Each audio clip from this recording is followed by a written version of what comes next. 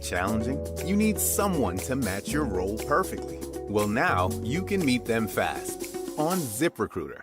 Build your team, build it sooner.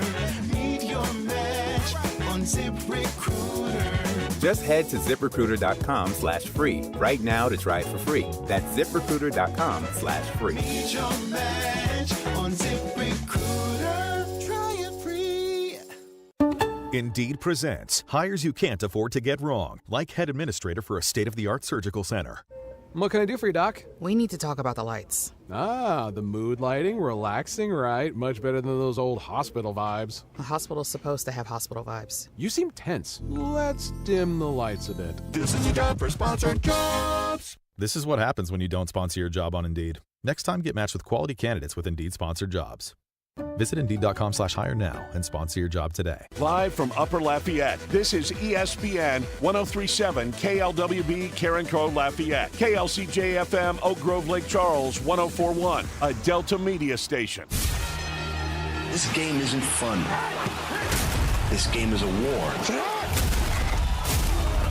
It's time for the 2-minute drill. Hurry it up, hurry it up, hurry it up! Powered by B1 Bank. Visit B1Bank.com to find a location near you. Come on, let's go, you guys. Get in here, we gotta go fast now. The Houston Astros dropped Game 2 of their series with the New York Yankees last night, 9-3 in the Bronx. Bennett Sousa out of the bullpen took the loss for Houston, giving up 4 runs on 5 hits in just a third of an inning in the 7th. Game 3 of the series will be tonight, and it'll be Hayden Wesneski for the Astros versus Garrett Cole for the Yankees. First pitch is at 6:05 p.m., and you can listen to it right here on ESPN 1037 Lafayette and 1041 Lake Charles. The final week of the NFL preseason kicks off tonight with 4 games. First, the Steelers visit the Bills at 6, followed by the Patriots at the Browns and the 49ers at the Raiders at 7 p.m. Then the night will wrap up with the Rams facing the Chargers at 9 p.m. College football returns tonight with a 22-game FCS slate, and a few Louisiana schools will be among those in action. At 6, Southeastern hosts Houston Christian as a 24.5-point favorite, while Nichols welcomes Mississippi Valley State as a 29.5-point favorite. Then at 7 p.m., Louisiana Christian travels to Natchitoches to take on Northwestern State. The New Orleans Pelicans finally made an offseason move yesterday, picking up guard Benedict Mathurin on a 2-year, $16 million deal with a player option on the second year. Mathurin spent last season with the Clippers, where he averaged over 17.5 points per game and just under 5.5 rebounds per game. The third and final leg of the PGA's FedEx Cup playoffs starts today with the Tour Championship at Eastlake Golf Club in Atlanta, Georgia. FedEx Cup points leader Scotty Scheffler is the favorite at plus 310, and tee times start at 10 a.m. this morning. I'm Blake Purser, and you're listening to ESPN 1037 Lafayette and 1041 Lake Charles, your home for the LSU Tigers and the Houston Astros. The 2-minute drill has been powered by B1 Bank. Visit B1Bank.com to find a location near you. This is ESPN 1037 Lafayette and 1041 Lake Charles, Southwest Louisiana's sports station. This is 2 hours of sports talk like none other. Footnotes with the man who speaks his own language. Me fail English? That's impossible. Your host, Kevin Foote.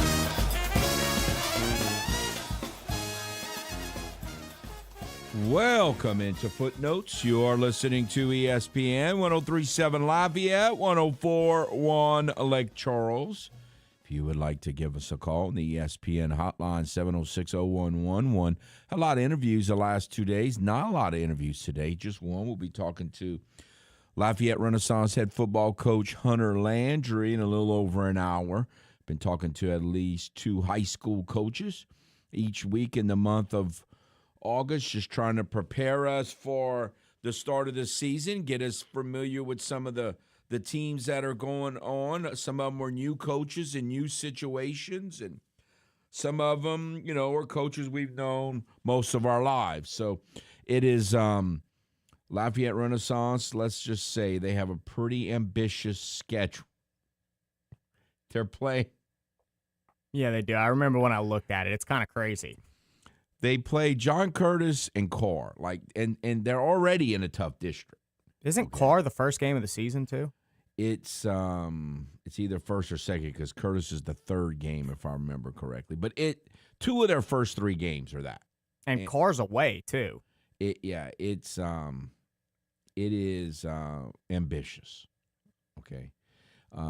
the truth of the matter is, if you're, and we'll talk to Coach Landry about this, if you're healthy, it doesn't really hurt you because the way the power rating system, you're not really it doesn't hurt you to lose to Carr or Curtis, even if you lose, which most people would expect. But even if you do, I mean, it just doesn't really hurt you that much as opposed to playing some really bad team who goes 1-9 and you win. It doesn't hurt you. So it's not like but it's just, that's 2 in a 3-week period. Like, you got to come out of it physically okay.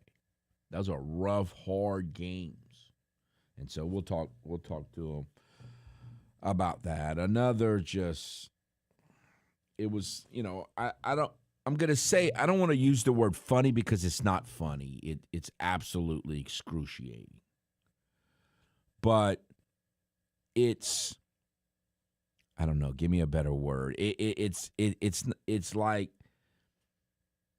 eye-opening, I guess, for some. Like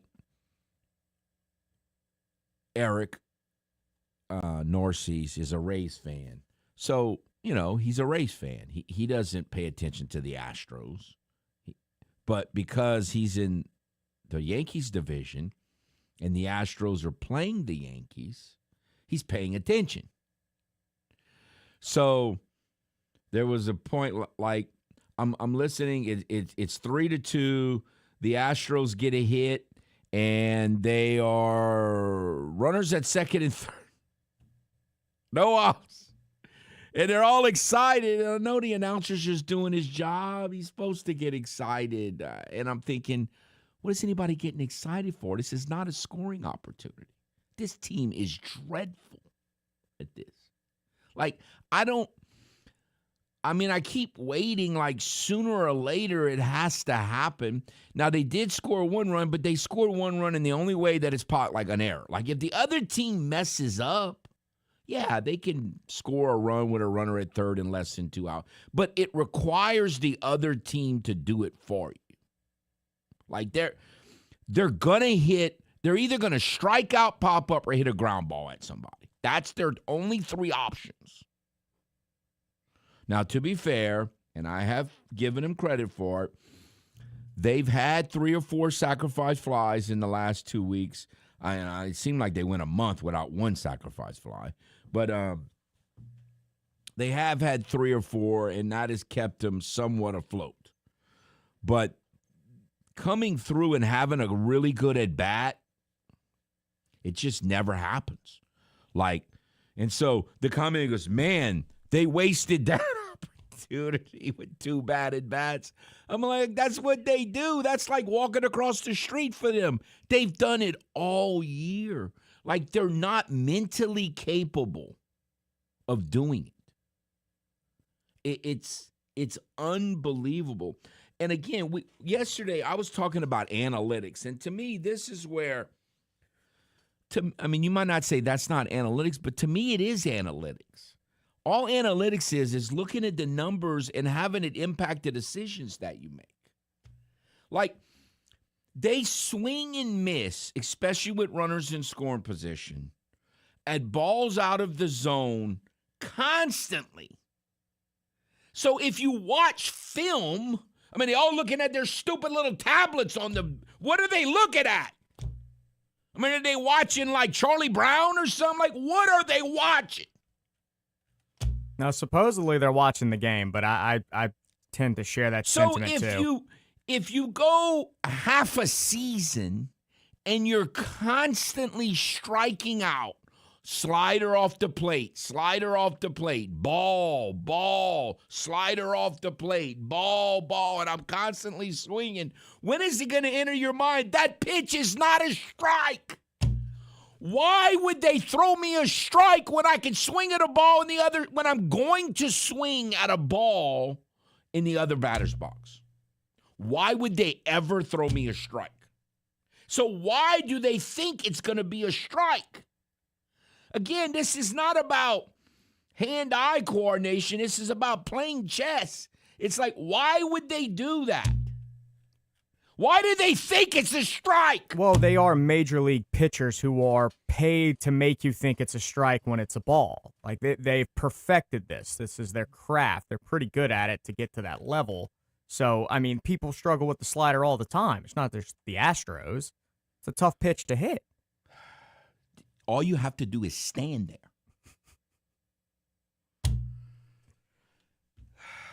They're not going to do that, though. They're not. But again, the other biggest problem, here's the biggest problem. Well, the two biggest problems is one. I talked about this about a month or so ago. We if we could get it out of our minds as baseball players, and I'm talking about Major League Baseball players, I'm not talking about Little League or high school or even college, but really college too. It is not better to swing and miss at a ball than it is to take a strike. We have got to get that out of our minds. We've got to. It's not accurate. It all it does is benefit the pitcher. The pitcher knows that. And so it's just like we talk about candy and a baby. They're just playing with the hitters. The pitcher knows that in your mind as a hitter, it's more important to swing than it is to swing at a strike. And we have it in our minds that the worst thing you can do at the plate is take strike 3, and it's not true. The worst thing you could do is swing at ball 6. That's the worst thing you can do. But most hitters they really believe that it's better to swing at ball 5 and ball 6. They feel better about themselves than if they take strike 3, and it's not true. That's faulty thinking. So that's number one. And they just I don't know how it's ever going to get. It's unbelievable. It's like I told you. Luis Garcia, they showed it 2 nights ago, Monday or Tuesday, whenever game 1 was. He was at like 71% of the time that he was at the plate, the runner at third in less than 2 outs, they score 71, and he got a hit, so it's higher than 71%. The Astros guys are like 14% and 20%. Like they don't, and most of those are just dumb luck because the defense messed up. Like they're mentally not capable of it. No, they look lost. They look lost up there. It's just unbelievable. They can't all get it going in the same direction at once. I'm telling you, when the Astros were losing 100 games, I don't think they were that bad at driving in a runner at third with less than 2 outs. I just do not believe they were this bad. I've never seen anything like this. It's unbelievable. They have no chance. The only way it happens is if they hit a ball at someone and they misplay it. That's it. That's the only way. It's unbelievable. Well, Varsho sent one over the center field wall last night. Not with a runner at third. Not with a runner at third, outs. but I'm just saying, like they, manufacture some runs and get some across. Oh, the they've board. done. They can get 2-out hits. Yeah, they can get 2-out hits. That is for sure. They've gotten a lot of them. I don't know if they lead that. For a while, they led the league, but they scored so few runs, like they probably don't lead the league. But they're probably still among the league. They've done a great job at 2-out hits. It's almost like with 2 outs, the pressure's off, which is insane. I mean, it's just it is so excruciating to watch them be mentally incapable of handling that situation over and over and over. I mean, it's happened all season. It's just unbelievable. They literally have a better chance of scoring with 2 outs and a runner on first than they do second and third and no outs. Like they literally do. I'm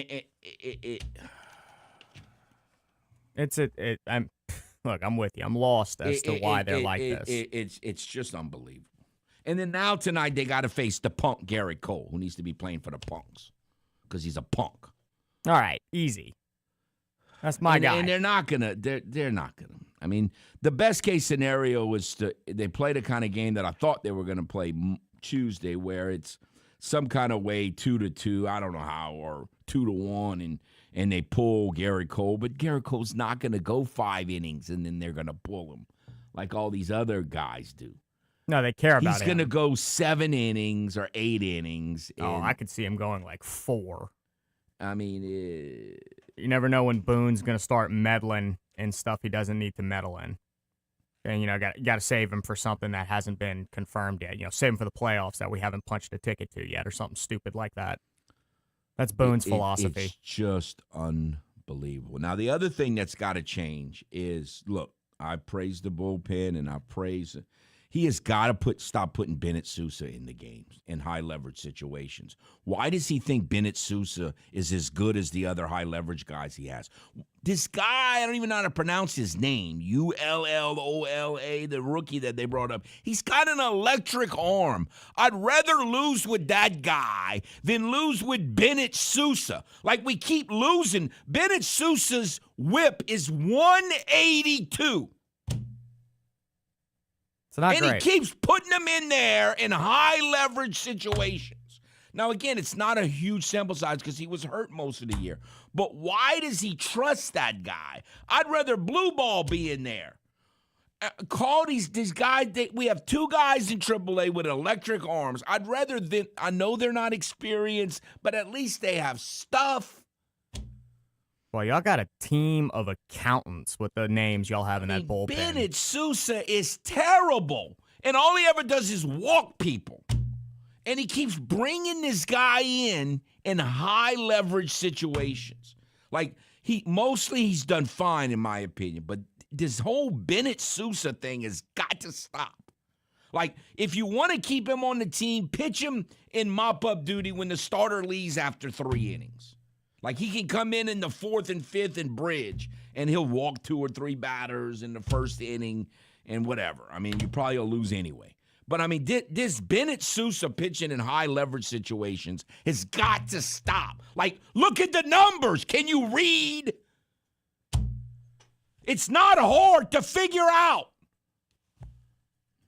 He's terrible. Maybe they just feel like there's no better option. I think his ERA is like 6.27 and his whip is like 182, and they keep pitching this guy in high leverage situations. Are you crazy?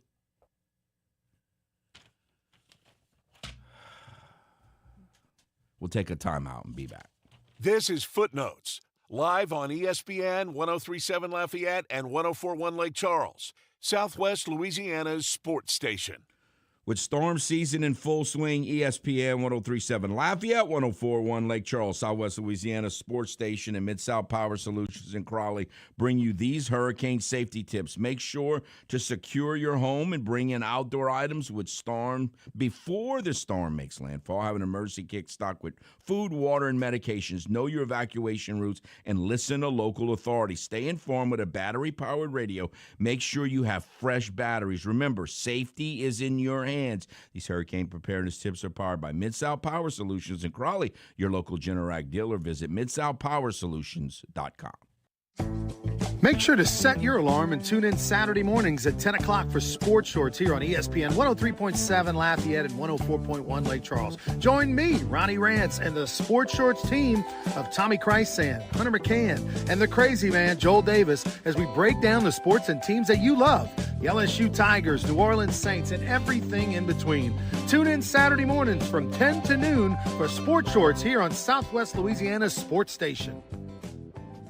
And now time for the Expert Minute, brought to you by Sugarland Exterminating. Ever wonder why bugs seem to love your home as much as you do? One big reason, moisture. Roaches, termites, and ants are drawn to damp areas. Check under sinks, around windows, and in attics for leaks and excess moisture. A little home maintenance goes a long way in keeping pests out. Got unwanted guests? Call Sugarland Exterminating at 337-367-1414 or visit sugarlandexterminating.com for more information. Sugarland Exterminating. Pest-free environment we're creating. Spiders, roaches, rats, and mice. Those awful termites are not so nice. Get rid of all your pests right now. Call Sugarland Exterminating. Termites, they're here. They're invasive. They can destroy your home if left untreated. Sugarland Exterminating has been in business for over 50 years, and they have the experience to effectively treat termites. Call 367-1414 or visit sugarlandexterminating.com. And that has been your Expert Minute, brought to you by Sugarland Exterminating.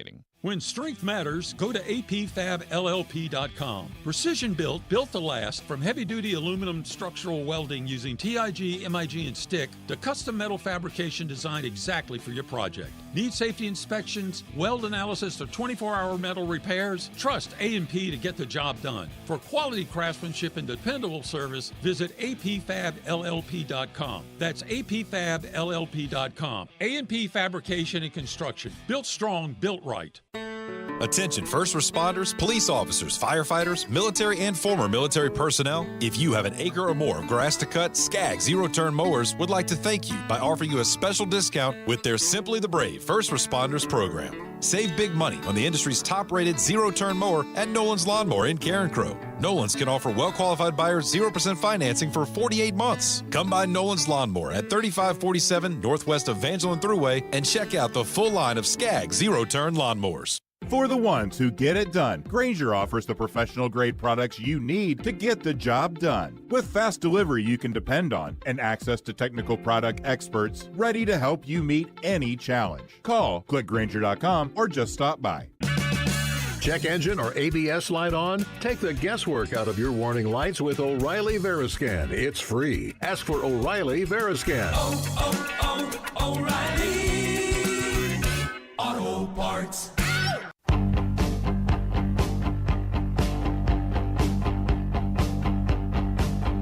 You're listening to ESPN 1037 Lafayette and 1041 Lake Charles, Southwest Louisiana's sports station. Your home for the Houston Astros.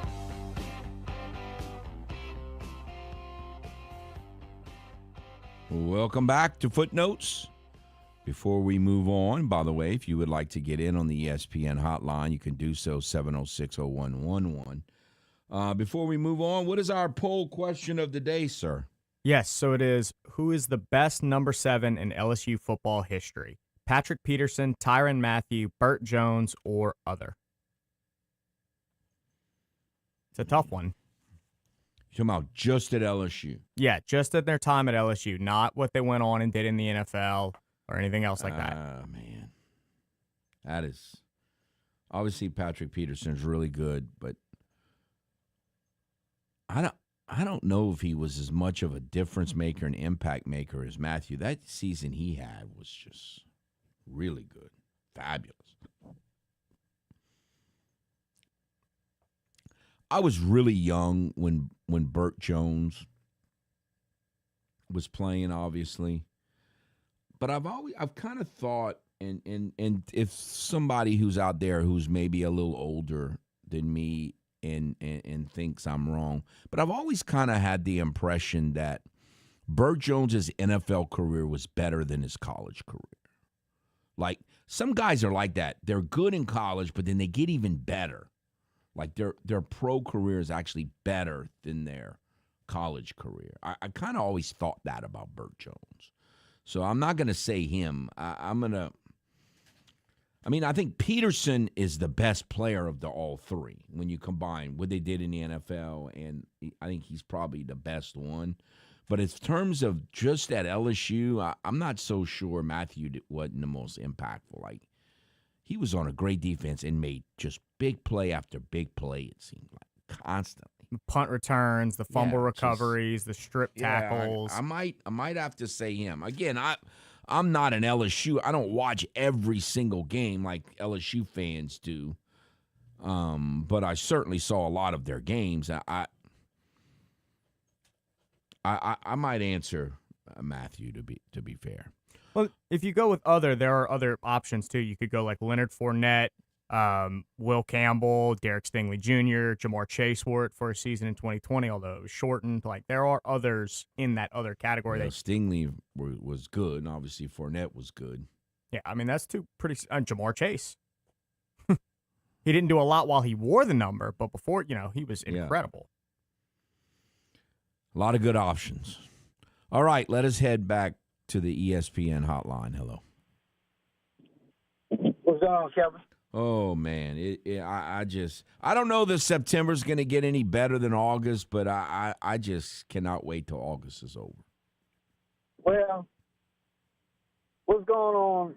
One domino fell, but you know what? We should have never brought none of them dominoes back. And my debacle is, now you see, we wasted a year, Kevin, because I told you, I didn't want them to bring Joe Espada. They should have got another manager last year. They should have got rid of him. Now, you got to go through the process after this year of looking for a skipper.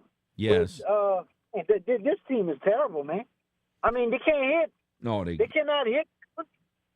They are mentally, and look, I was on the forefront of wanting to fire the hitting coaches, and I still think it was the right move. And in the first month of the season, it looked like it had paid off, but they are still mental midgets at the plate. They have no idea what they're doing at the plate. I don't know what the answer is. Obviously, some of these guys they've got to move on from, but some of these guys are actually good hitters. Like, why are they so inept in that situation? It's just beyond explanation. Well, Kevin, like I told you, I didn't want this to happen. I mean, why are they doing what they're doing? I don't know, because look how bullpen and what's the guy named Taylor? What's his? This guy's bad, man. Who's that you're talking about? Taylor. What's his last name? Trammell, whatever. Oh yeah, Trammell. Yeah, he's got to. Yeah, he's not good. He's not good. And then you got Walker.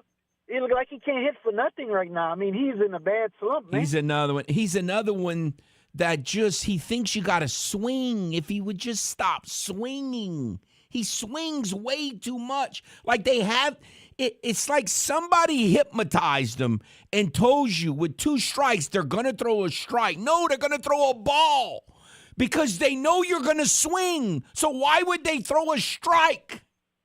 I just don't understand. I don't understand what they do when they're not batting. You have certain analysts. I know some of them get on with you. Oh, yeah, the Astros, they going to pull it through. They're going to pull it through for what? We're not going to get far anyway.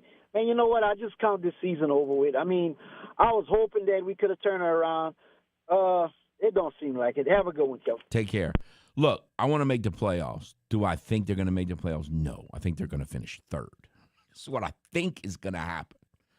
I think the Mariners are going to run away with this division in September. That's what I expect. But if you ask me, do I want to make the playoffs? Absolutely. I mean, yeah, you should always want to make the playoffs. And if you lose in the first round, then you lose in the first round. But do I want to make the playoffs? Yes. I don't care what the record is. Yes, but I don't think they're good enough to. I just, again, Mike Burrows.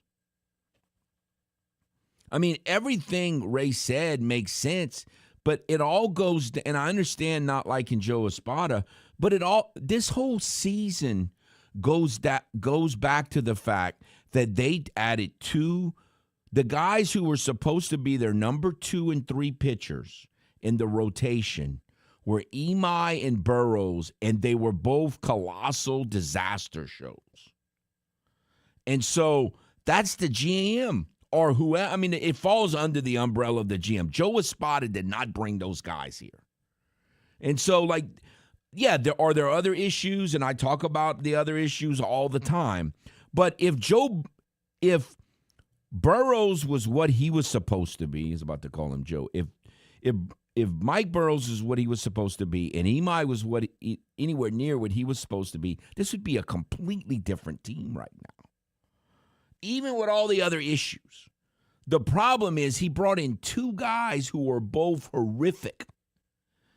But I still think Burrow's coming back in September, and I don't know what they're waiting for.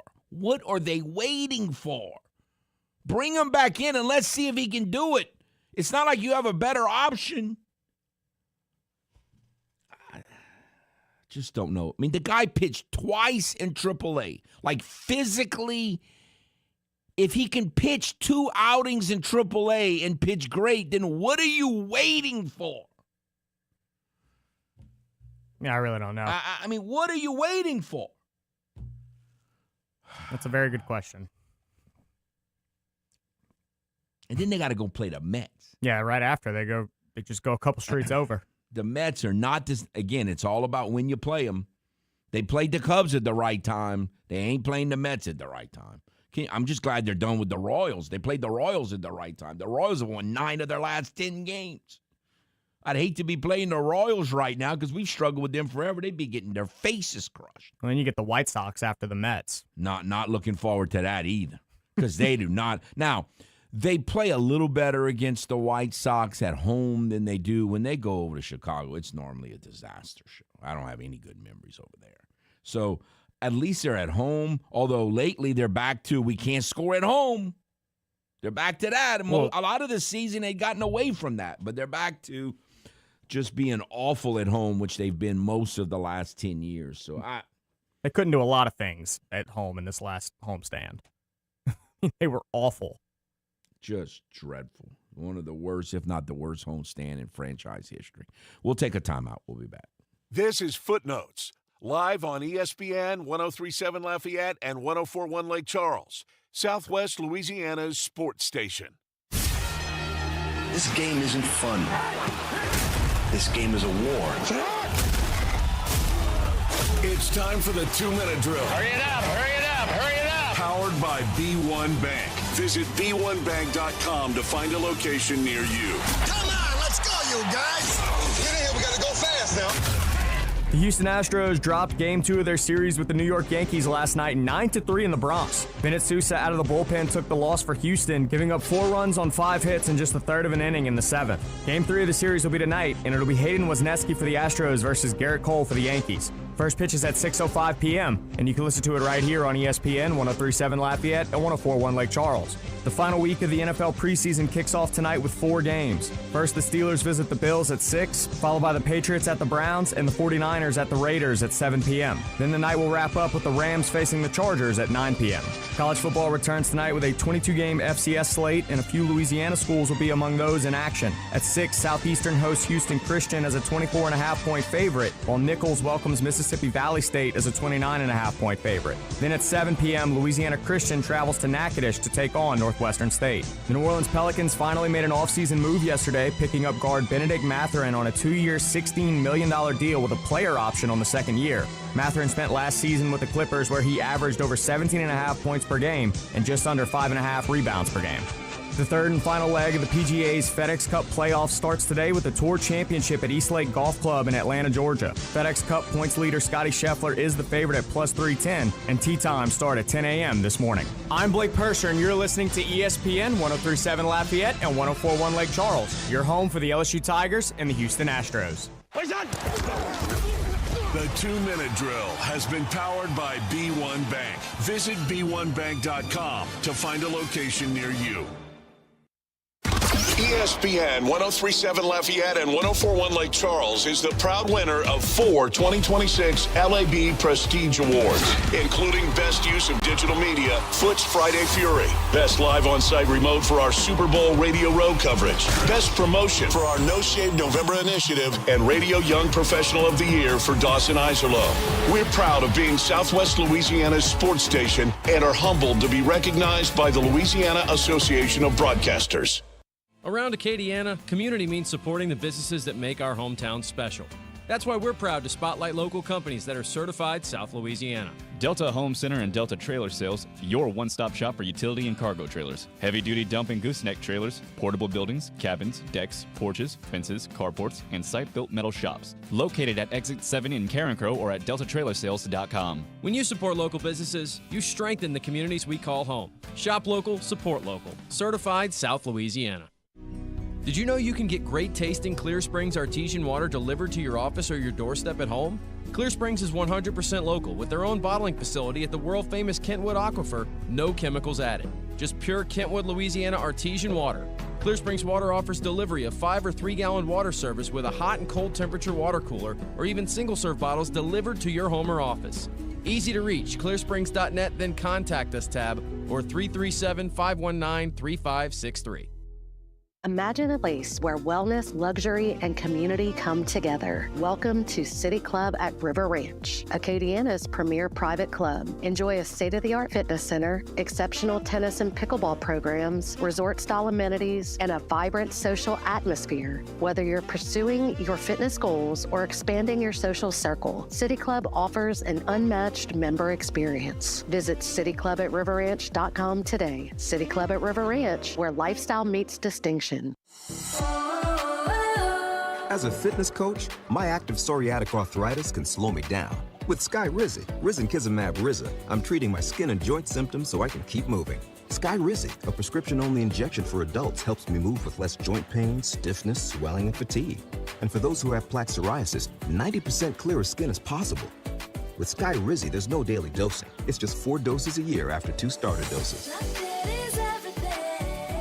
Don't use if allergic to Skyrizi. Serious allergic reactions, increased infections, or lower ability to fight them may occur. Before treatment, get checked for infections and tuberculosis. Tell your doctor about any flu-like symptoms or vaccines. Thanks to Skyrizi, there's nothing like clearer skin and better movement. And that means everything. Ask your doctor about Skyrizi. Visit skyrizi.com or call 1-866-SKY-RIZI to learn more.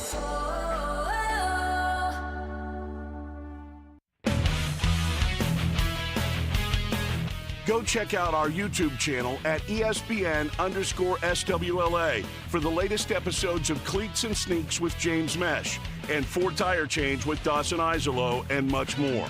That's ESPN, Southwest Louisiana's sports station on YouTube.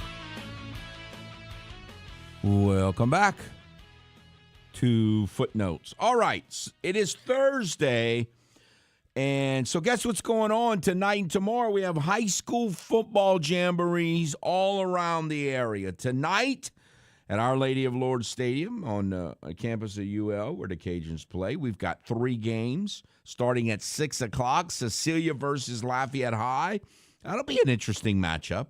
I'm saying 7:30. We all know how this works. We don't know exactly what time they're going to start, but I'm just saying 7:30. Brobridge versus St. Thomas More, and then the 9 o'clock game, whenever it starts, it's Carencro versus Southside, which is an interesting game. By the way, tomorrow's schedule at the Kiwanis Jamboree is Northside and Notre Dame. We talked about that when we talked to Coach Lou Cook on Tuesday. Acadiana versus Turlings at 7:30, followed by Lafayette Christian and St. Martinville in the late game on Friday. Tonight here in the parish at Acadiana Renaissance, you have Lake Arthur and Hanson at 5:15. At about 6:30, Catholic Appoincopee against Ascension Episcopal, and then about 7:45 or so, Catholic High of New Iberia against Acadiana Renaissance. So we'll see what happens there. Also tonight, if you're in Iberia Parish, at New Iberia, Westgate against New Iberia. You know, they've had years where they play in the they always seem to play in the Jamboree, so they play in the Jamboree and in the regular season. I've always thought that was kind of crazy, but those programs are in very different situations right now, so I don't know if it's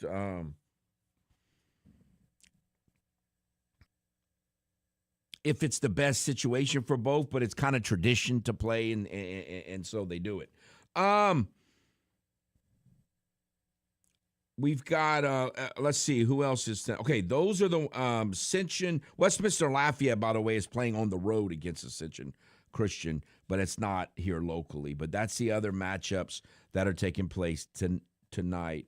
And Crawley is playing Grand Lake and Welsh. That's the other matchups with Acadiana area teams that are night. One more. Vermilion Catholic at North Vermilion tonight at North Vermilion at 7 o'clock. As far as tomorrow night, just running down the schedule, already gave you the Lafayette one, the St. Landry Parish Jamboree, 6 o'clock Northwest against Beauchene. This is at Donald Gardner Stadium. Eunice is playing Opelousas at 7:15, North Central at Port Barry at the end. Tomorrow night in Erath, the Vermilion Acadia Parish Jamboree.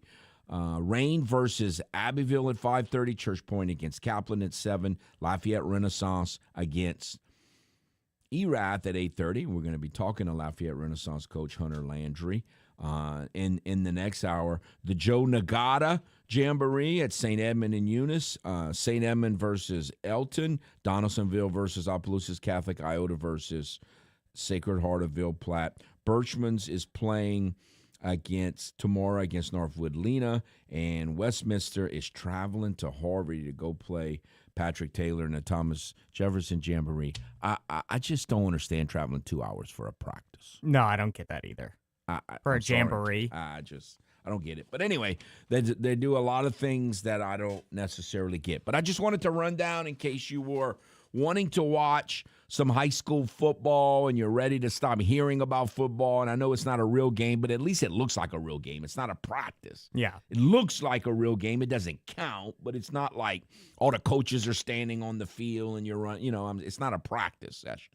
So just wanted to run that down. All right, so we talked mostly yesterday about all this craziness with the NCAA rules and eligibility and the 2022 class and all that.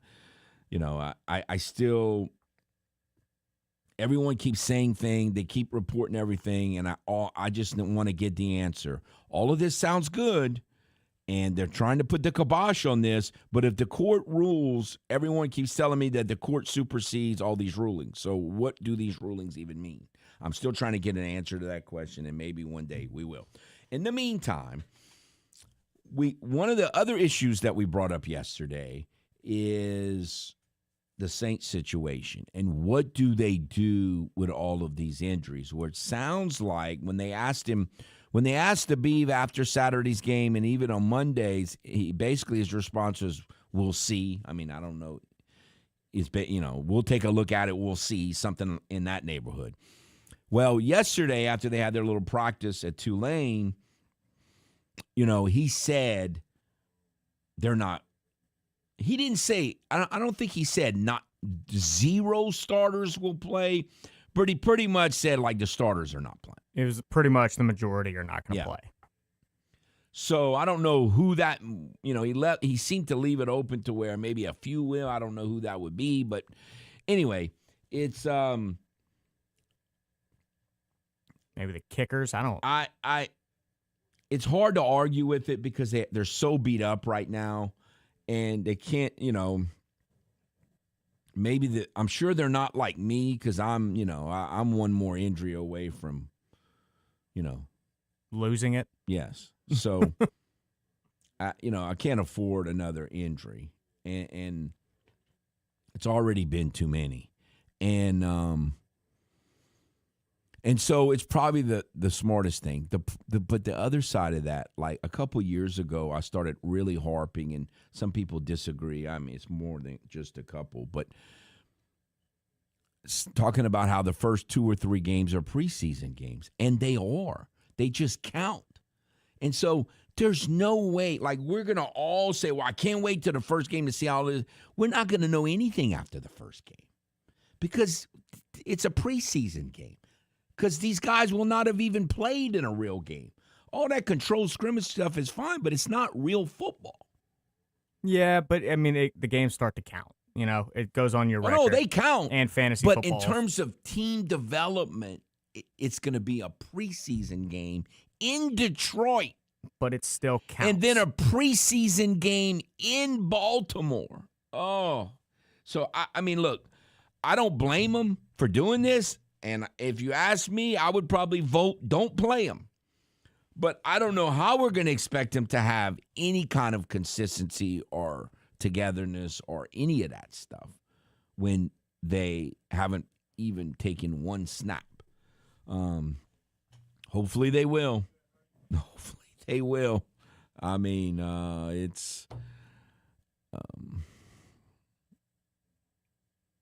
it's scary, but I think it's a decision they have to make with where they are right now. It's just not worth the risk. And so I heard a little bit of when Jardy was talking to Ross, and one of the things that Ross said that was very interesting to me is, well, first let's go to the ESPN hotline. Hello. Hey, Kevin, how you doing this morning? Oh, not good. How are you, sir? Oh, I'm doing pretty well, Kevin. I can't complain. Listen, I got to say this real quick, Kevin.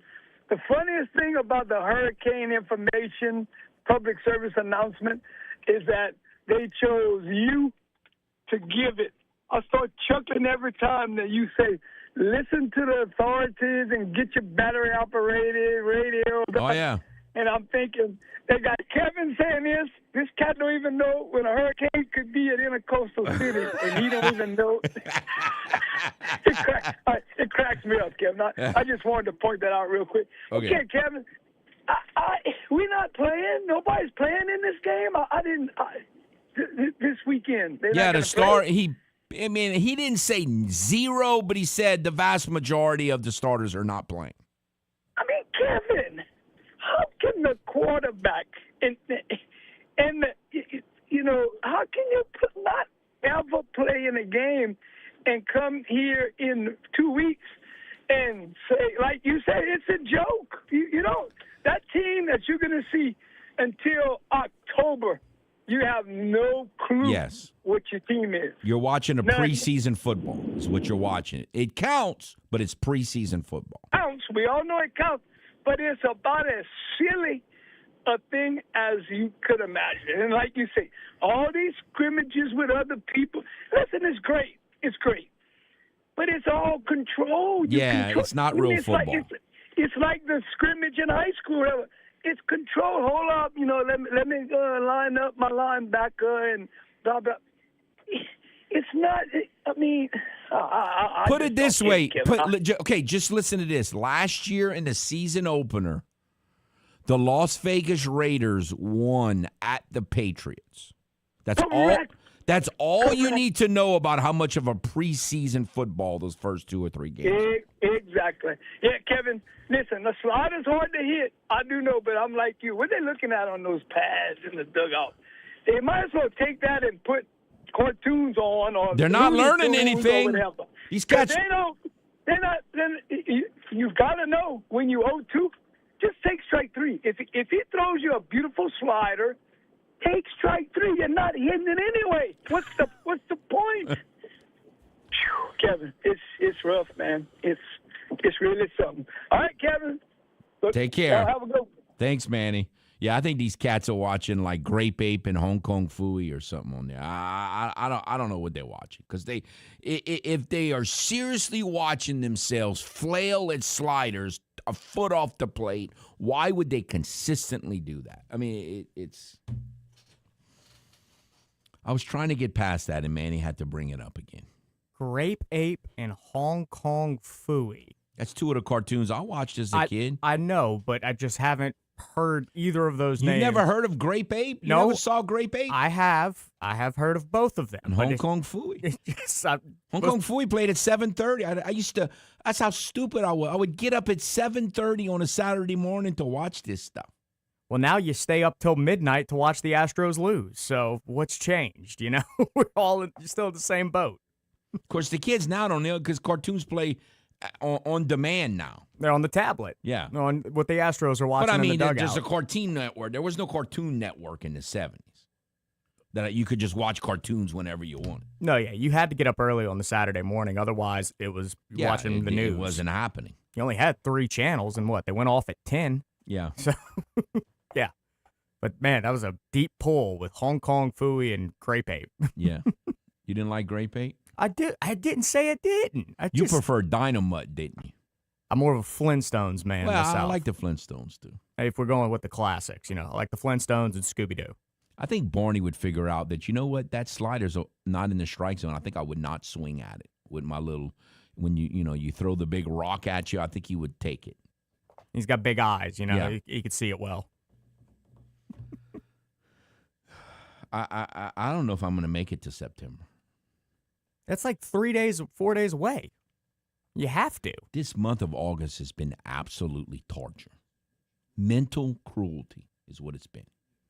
But you're the eternal optimist. I got broken by this team. and the Riddler getting hurt broke me. I don't know if you noticed that, but since then, it's just not been the same. There haven't been many smiles, I will say that.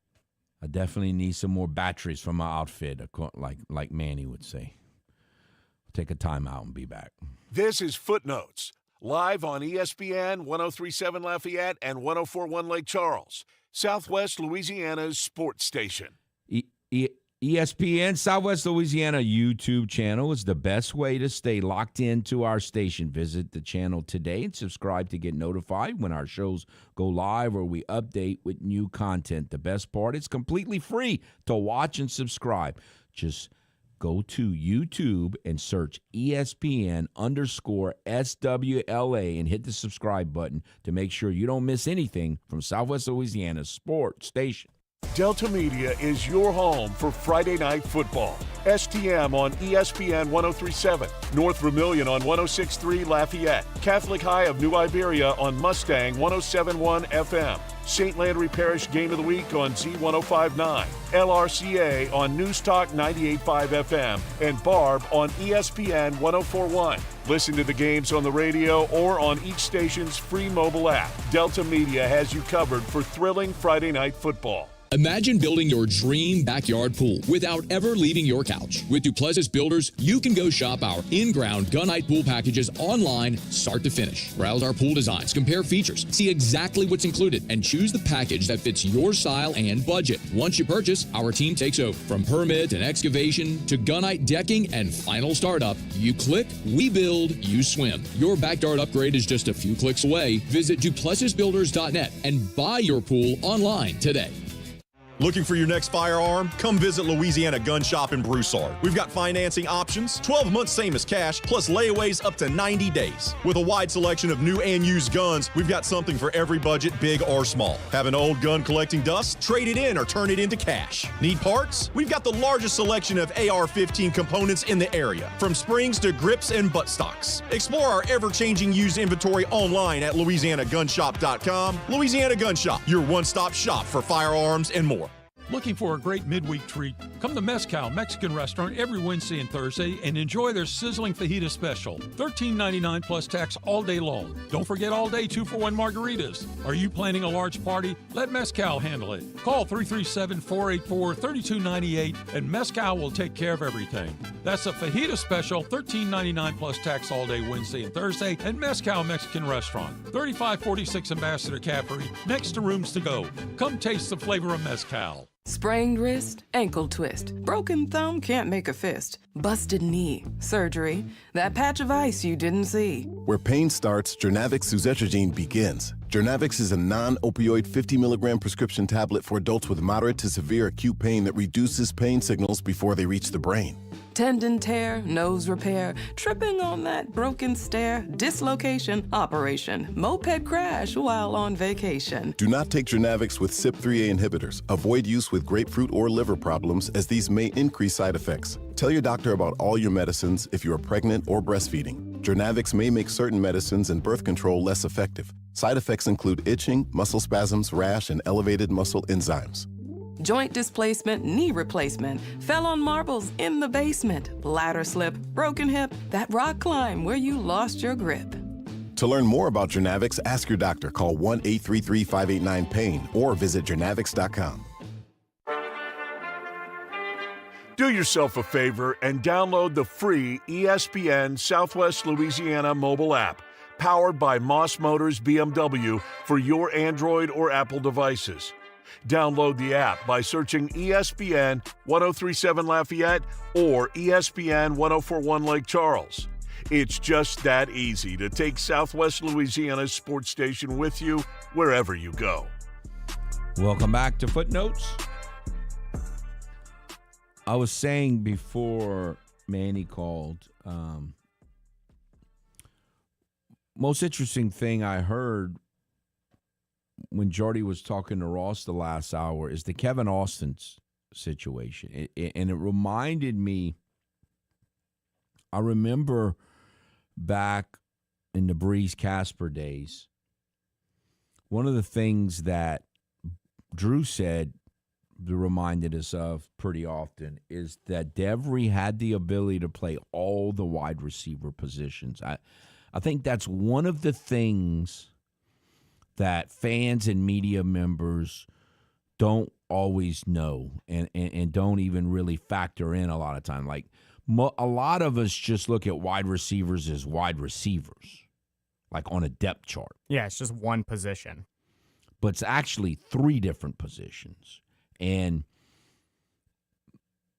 like most of us would probably think Bub Means has a higher ceiling than a Kevin Austin does, so therefore I would want Bub Means, and I guess theoretically that is possible, but his point was that Kevin Austin has become where he can play every position, so that gives you more versatility to you, like if he can really play every position.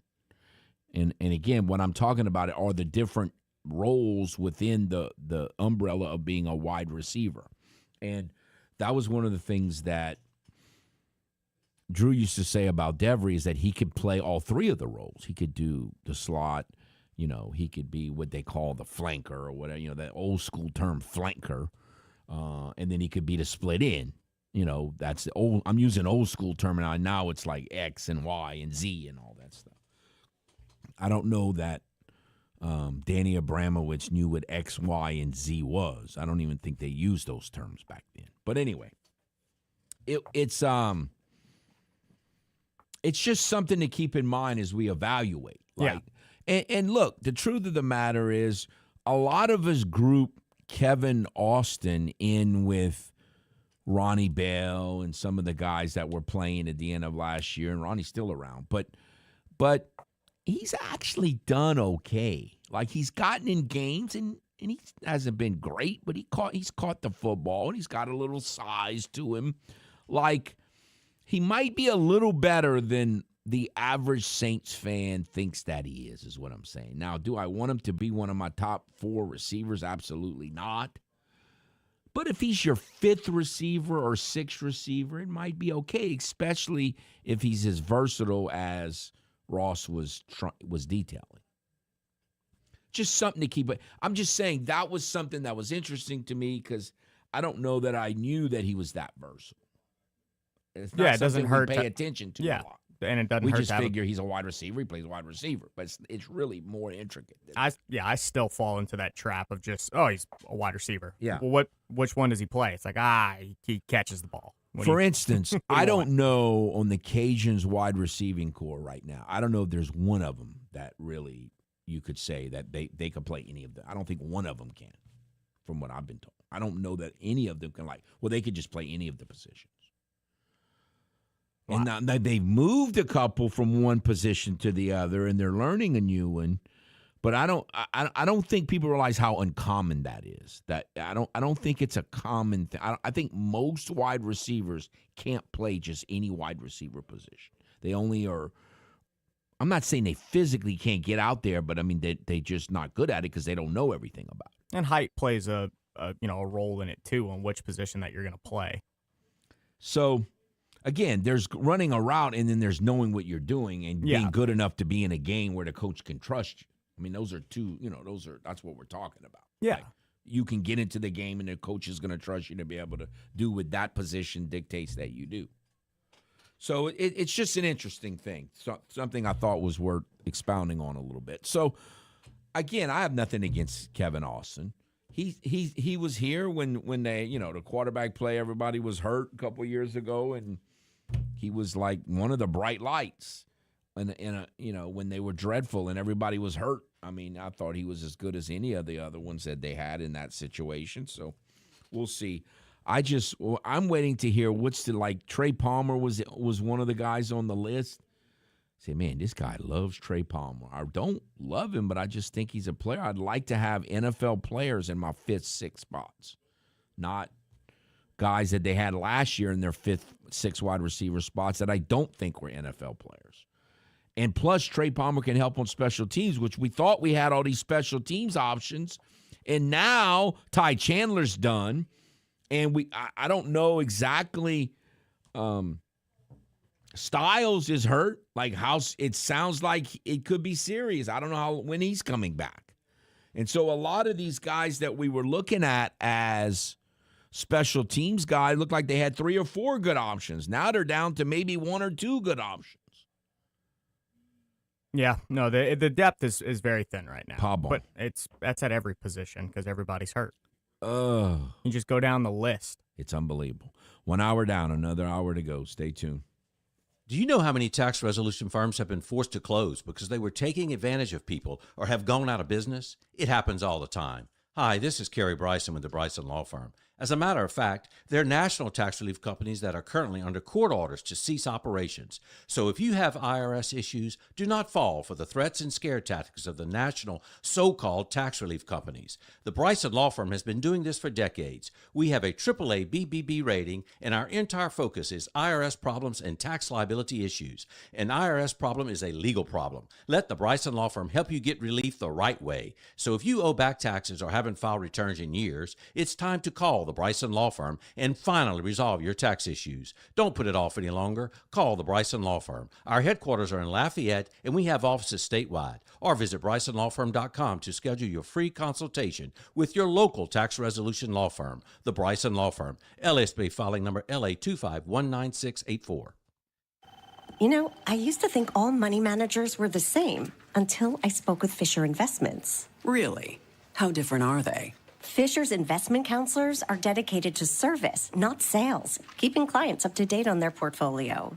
Well, they probably just invest in a bunch of mutual funds like I do. Nope. They build a tailored portfolio based on their clients' personal goals, helping them stay on track for a comfortable retirement. Well, they must make commissions selling products. Actually, Fisher doesn't sell any commission-based products. They're a fiduciary, and they believe that's a conflict. Then they have some kind of complex fee structure. Nope. Fisher has a simple, transparent fee that's a percentage of their client's portfolio. So they do better when their clients do better. It sounds like Fisher really is different. Couldn't have said it better myself. Fisher Investments. Clearly different wealth management. Learn more at FisherInvestments.com/different. Investing in securities involves the risk of loss. Live from Upper Lafayette, this is ESPN 1037 KLWB Carencro Lafayette, KLCJ-FM Oak Grove Lake Charles 1041, a Delta Media station. This game isn't fun. This game is a war. It's time for the 2-minute drill. Hurry it up, hurry it up, hurry it up. Powered by B1 Bank. Visit B1Bank.com to find a location near you. Come on, let's go, you guys. Get in here, we gotta go fast now. The Houston Astros dropped Game 2 of their series with the New York Yankees last night 9-3 in the Bronx. Bennett Sousa out of the bullpen took the loss for Houston, giving up 4 runs on 5 hits in just the third of an inning in the 7th. Game 3 of the series will be tonight, and it'll be Hayden Wesneski for the Astros versus Garrett Cole for the Yankees. First pitch is at 6:05 p.m., and you can listen to it right here on ESPN 1037 Lafayette and 1041 Lake Charles. The final week of the NFL preseason kicks off tonight with 4 games. First, the Steelers visit the Bills at 6, followed by the Patriots at the Browns and the 49ers at the Raiders at 7 p.m. Then the night will wrap up with the Rams facing the Chargers at 9 p.m. College football returns tonight with a 22-game FCS slate, and a few Louisiana schools will be among those in action. At 6, Southeastern hosts Houston Christian as a 24.5-point favorite, while Nichols welcomes Mississippi Valley State as a 29.5-point favorite. Then at 7 p.m., Louisiana Christian travels to Natchitoches to take on Northwestern State. The New Orleans Pelicans finally made an offseason move yesterday, picking up guard Benedict Mathurin on a 2-year, $16 million deal with a player option on the second year. Mathurin spent last season with the Clippers, where he averaged over 17.5 points per game and just under 5.5 rebounds per game. The third and final leg of the PGA's FedEx Cup playoffs starts today with the Tour Championship at Eastlake Golf Club in Atlanta, Georgia. FedEx Cup points leader Scotty Scheffler is the favorite at plus 310, and tee times start at 10 a.m. this morning. I'm Blake Purser, and you're listening to ESPN 1037 Lafayette and 1041 Lake Charles, your home for the LSU Tigers and the Houston Astros. The 2-minute drill has been powered by B1 Bank. Visit B1Bank.com to find a location near you. This is ESPN 1037 Lafayette and 1041 Lake Charles, Southwest Louisiana's sports station. This is 2 hours of sports talk like none other. Footnotes with the man who speaks his own language. Me fail English? That's impossible. Your host, Kevin Foote.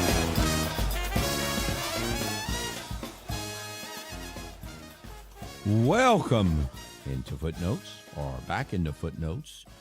You're listening to ESPN 1037 Lafayette, 1041 Lake Charles, Southwest Louisiana sports station. You can give us a call on the ESPN hotline, 706-0111, as we broadcast live from the Bill and Abear studios in Upper Lafayette. I've heard, we've talked about it. I've heard a lot of people talk about it. It seems like we haven't talked that much about football in the last 2 weeks. And it's really true. We haven't talked that much football. It's all been about injuries in the court system. Injuries, court system, and baseball. Keep in mind, there's actual college football being played tonight in the FCS level. And we ain't talked about any of it. Nobody has. Speaking of that,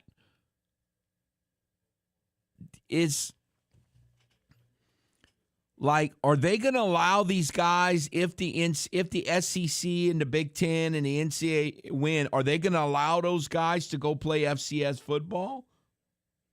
Now, that's a question I haven't heard be asked. If they can't return to FBS, could they return to FCS? I don't know that they would want to do that, but it might be better than not playing anywhere all season. Yeah, I mean, to still play well and up your stock. Or try the USFL route or XFL or whatever it is now, the spring league. Yeah, I haven't heard anybody ask that question. I mean, this matter is going to be over after this year because this batch of players will be done and it'll, start the 5 to play 4 or 4 to play 5, whatever it is. But then somebody's going to look for a different loophole. Oh, well, that will never stop. That'll never stop. Yeah. I mean, this started last season in basketball with Alabama having that kid who played G League ball come back and play a few games for them. Well, it started before that, like the Diego Pavia stuff. Yeah. Or Chambliss suing to get another year because he had strep throat one year. Like, where does the buck stop? It is insanity for sure. All right. Before we get too much further here, what are the updated results of our poll question of the day, sir? Yes, so for the poll of who is the best number 7 in LSU football history, Tyrann Mathieu is still in the lead. He's at 42.9% of the vote. And now Patrick Peterson and Burt Jones are tied for the first time today. They're in second place at 23.8%. And then other is in last place at 9.5%. So again, that could be Jamar Chase. That could be Leonard Fournette, Derek Stingley, DJ Chark. Now it'll be Tradez and Whit Weeks this season. I think, it's the first time they've ever done 2 number 7s. So you hope that they live up to it, although some haven't. Is Tradez fixing to be a star? Is that? I mean, he is a star. Well, I know that, but I'm talking about with his numbers. What you mean? Like is he going to have, the best tight end numbers in the history of the program? I could definitely see him having that. Maybe not the history of college football, but definitely for LSU because they haven't had a very long and storied history with great tight ends. No. So it wouldn't be that hard to achieve, I believe. I need to look that up, who is the best tight end or statistic-wise. So it'll be interesting to see how. Well, it probably is. Whatchamacallit, from when Burrow was there, they threw the ball so much and threw for so many yards. Oh, Moss. Yeah. I'm gonna look it up real quick. I don't know that though, but it's again, it's hard to go wrong. A lot of it. I mean, I don't know. I just think for that one season, what Tyrann Mathieu did was pretty impressive. So I get why people are voting for him, but certainly go on and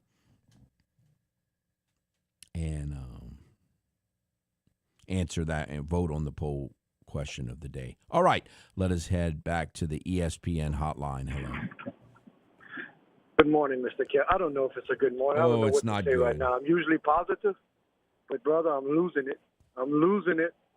Oh, my God. I think that as a manager, I'm not a manager. I don't know anything what he goes through in a day, Joe Espada, but I don't find he's putting the players in a position to succeed. Bennett Sousa yesterday, you saw he didn't have it after the first 2 batters. Should have had him, get him out. We had an error also. I get that. But Yonder Diaz has a game of his life. And because Vasquez has caught Lambert so much, Yonder comes out the lineup. I don't get what he's doing. I'm so confused and I'm so aggravated. Jordan finally gets good pitches and he doesn't do anything. 1 hit he did. So I don't know, Pena. I've lost a lot of confidence in Pena. And what I was thinking yesterday, my opinion alone, is that I'd have led off with Altuve, Jordan, and then Pena, and then Paredes, because nobody's scared of Paredes. Nobody is because they still keep on walking him. So that's what I would have done. But of course, I'm not the manager. But I'm just so frustrated. I don't know how to handle this right now. I don't know what to do. Well, again, it is they're so inept on offense that it's hard. What they're playing is not baseball. Like you can't. Now, to be fair, Lambert had a pretty good start. It wasn't a great start, but at least he was like 1 out away from giving them 6 innings, which is better than what normally happens. But again, you can't just have consistently your starting pitchers go 3 and 4. You can't be successful that way over the long term. It just beats up your bullpen. And his biggest mistake right now is that he keeps trusting Sousa, because most of the other bullpen arms have been mostly reliable, and Sousa's just been, just putting kerosene on the fire, that guy. Yep, I agree. And last year he was so good. That injury this year might have held him back. I don't know what's going on. But I find that, Espada's not putting everyone in a position to succeed. I think that the positions they come in the other day was down, I think I mentioned that yesterday, 6-2, and then they bring in King. Man, that guy, boy, you want to get me mad, bring in Brian King at any time, but I don't care if we're up by 15. I don't want to see that guy on the mound. We have to start hitting the ball. And when you said yesterday, we continue to swing. Look at Babyface. I call Cam Smith Babyface because that's what he got, a baby face, right? He swings at everything. Pena yesterday, swinging at balls 6 inches off the plate. They're getting fooled on these pitches because they're not seeing it come out of his hands. I don't know, man. Altuve is more reliable, I believe, right now. I would put him leading off and come with Pena at third and just hope that he catches on, But I'm pretty frustrated after yesterday's game. I mean, not pretty frustrated. I actually sent you a Facebook message. I was so upset. I was hot. I was hot. It's been a frustrating year. It's been a frustrating 2 years. Now, last year, injuries played into it a little bit this year, played into it a lot last year, so it was a little more understandable. This year, yeah, they've had some injuries, but mostly it's just not being mentally tough enough, and the GM just botching it. So I don't know. All you can do is keep hoping. But the problem is we're still in August. We got another month of this. If they don't, it'd be great if they can turn it around. But if Pena keeps playing like he's playing, and no one else, Burrows doesn't come and bail him out or whoever, it's going to be another month of torture. So, yeah, I agree. And luckily I think the Rangers lost yesterday and the Mariners, so that actually put us in pretty good shape, to stay where we're at. But soon enough, sooner or later, you got to play good baseball, and we haven't done it all season. So, nope. All right, Correct. hang in there, hang in there. I know where you are, no question. Yeah, it's a brutal deal, and the beauty of it, it's the thing that I love about baseball, and I've said it before, it can be the worst thing too. Like when you're going bad, that's a lot of punches in the gut in 1 week. Yeah, it is. In football, you're agonizing over the same punch in the gut. But in baseball, when you're struggling, it's a lot of different punches in the gut that you're going over. So it's tough. By the way, the Braves had another nice win yesterday over the Punks. The Braves are now just 2 games behind the Punks. Yeah, it's all about when you get hot. And they've been a good team all season, but they're turning it. It seems like they're hitting another level later. As the year progresses, I would love the Braves are doing what you're supposed to do. When they play home games, they're really good. Now, when they play road games, they're just okay. They're average. But when they play home games, they're really good. The Astros they've never been able to figure out how to play well at home. There was a couple stretches this year where they kind of did. I'm like, are we really starting to get are they learning how to play at home finally after all these years? And again, it's so strange for me because for years in the Astrodome days growing up, the Astros were way better at home than they were on the road. Way better. because they always could pitch and play defense, and they played in the Astro. But they cannot play well at home. It's not an advantage for them to play at home. It's just not. And most times they're just actually better on the road, which really doesn't make any sense, but that's kind of where they are. But the Braves have done that. Like the Punks are the same. The Punks have almost identical record home and away. So they don't get a big advantage playing at home. But teams like the Brewers and the Braves, they have a huge advantage playing at home. And I think that's kind of the way it should be. Like, you should be better at home. Yeah, you should always be better at home with your crowd behind you. It's a place you're the most familiar with. It's home. But so many of these teams, and the Astros are one of them, not like that at all. They're just it's a strange year. Again, in my mind, the thing I struggle with is doing what you're supposed to do. Like, okay, obviously the GM botched the starting pitching, so you don't have a good starting pitching. But I still think a good major league hitter should be able to get a runner home from third with less than at least half the time. Like, the Astros can't do that. So it's one thing if you're not a good pitcher and you get lit. Well, basically, you're doing what you're supposed to do. You're not good.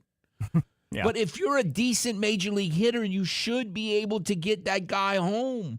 And they don't even come close to getting that guy home. So it's like they're not doing what they're supposed to do. It's just, that's the thing. You got to do what you're supposed to do. Yeah. You have to pile up the and little I can things. live with losses then. This is why I can't live with this, because they're not doing what they're supposed to be able to do. We'll take a timeout. We'll be back. This is Footnotes, live on ESPN 103.7 Lafayette and 104.1 Lake Charles, Southwest Louisiana's sports station. The Gaydon Duck Festival returns August 27th through the 30th. The festival highlights the hunting heritage of the Acadiana region and offers great entertainment with its duck and goose calling contest, skeet shooting, dog trials, duck dash, and decoy carving. In addition to great food and drinks, there'll be a variety of musical acts performing, such as Wayne Toops and Zyda Cajun, Gino Delafosse and French Rockin' Boogie, and Tracy Bird. Make sure to head down to the duck capital of the world for the Gaydon Duck Festival for more information. Visit duckfestival.org today. Hello, everyone. This is Jeff Palermo. Join us on Tuesday nights for Tiger Rag Radio. Myself, Todd Horn, and Glenn Gilbo give you the latest happenings in Tiger Town and across the SEC. We talk to coaches, analysts, and those in the know when it comes to the Tigers and the Southeastern Conference. We cover all the sports: football, baseball, basketball, softball, and gymnastics. That's Tuesday nights right here on ESPN 103.7 in Lafayette and 104.1 in Lake Charles, Southwest Louisiana's sports station. The heart of Acadiana is its local businesses, the people, families, and companies that help our communities thrive. Here's a message from a proud certified South Louisiana business. Candyland Cottage is the place to satisfy all your cravings. Find delicious ice creams, fresh fudges, truffles, hot dogs, sausage po' boys, Frito pies, and homemade shakes. Visit us in Scott and Rain for a sweet treat. Plan your next birthday party or field trip at Candyland Cottage. Shop local, support local. Certified South Louisiana. It's hurricane season, and Mid-South Power Solutions wants you and your family to be prepared. Protect your home from sudden power outages with a Generac automatic standby generator, the industry leader. Installed by the experts at Mid-South Power Solutions, the Generac automatic standby generator start up during power failures, keeping your home powered until the local utility restores service. Remember, installing a standby generator is not a do-it-yourself project. Mid-South Power Solutions factory-trained technicians meet the highest standards. Don't get caught in the dark. Visit Mid-South Power Solutions in Crowley or at midsouthpowersolutions.com. Mid-South Power Solutions. Your power, our priority. Your Honor, I would like to introduce exhibit number 1. MeTV is America's #1 classic television network. There can only be one number 1, me. MeTV features over 60 of the greatest classic TV series each week. Go with the winner. Enjoy dramas, comedies, westerns, sci-fi, and more. You just watch me. Watch MeTV Acadiana on KLWB, over the air on channel 50.1. Check your local cable listings for the channel in your area. MeTV is memorable entertainment television. Hi, I'm Nancy Landry. No matter what part of our great state you call home, Louisiana's elections are an important part of who we are. In 2026, closed party primaries will change how some of those elections happen, so you'll want to know what to do. Keeping your registration current ensures you'll get the right party-based ballot. Remember, this change only applies to certain offices. To learn more, visit govote.com or download the GoVote app. Paid for by the Louisiana Secretary of State's office. Sound familiar? At Mattress Firm, we understand there are many problems that can keep you up at night, like snoring, aches and pains, or sleeping hot. Our sleep experts have the unrivaled know-how to match you with a mattress that can help. And now, save up to $1,400 on Tempur-Pedic Split King sleep systems. For the great sleep you deserve, visit Mattress Firm. We make sleep easy. Restrictions apply. See store or website for details.